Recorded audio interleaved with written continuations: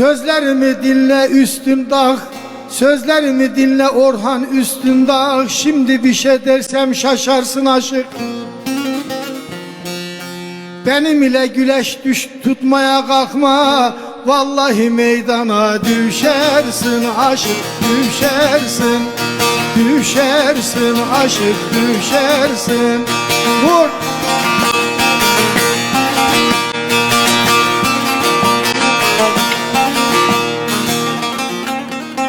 Bebe gibi çok yaklaşma ocağa, sonra düşersen pişersin aşık. Eyvallah. Ben bir avcı oldum, sen bir çakal. Yüce dağ başında şaşarsın aşık, şaşarsın. Şaşarsın aşık, şaşar.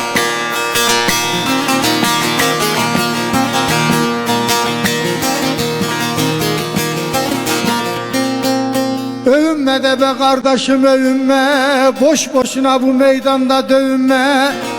Aynaya bakıp kendin beğenme, sen de benim gibi beşersin aşık, beşersin. Beşersin aşık, beşersin.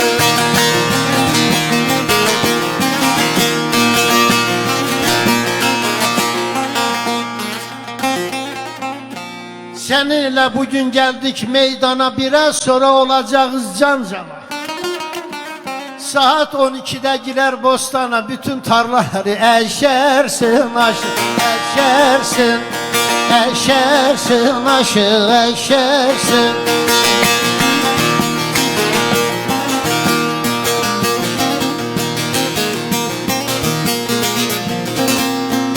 Ala be kardeşim dersini ala, güzeller başına bağlarlar vala. Akşam eve giderken 100 metre kala, esas duruşa geçer koşarsın aşık, koşarsın. Koşarsın aşık, koşarsın. Vur!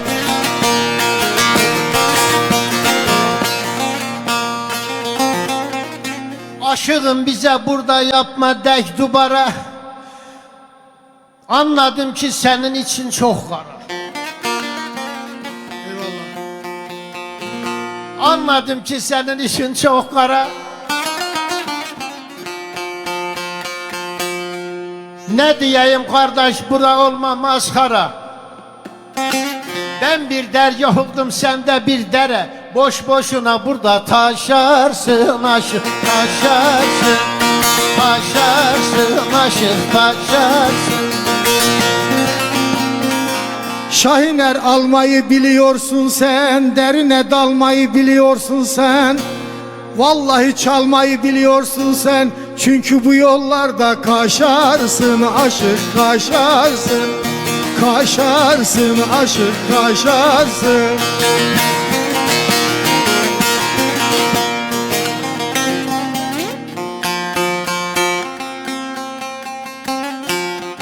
Halini de be kardeşim, halini kimse tutmaz burada senin elini. Müslümanın, insanın yolunu her gün bir mayın alır, döşersin aşık, döşersin. Döşersin aşık, döşersin.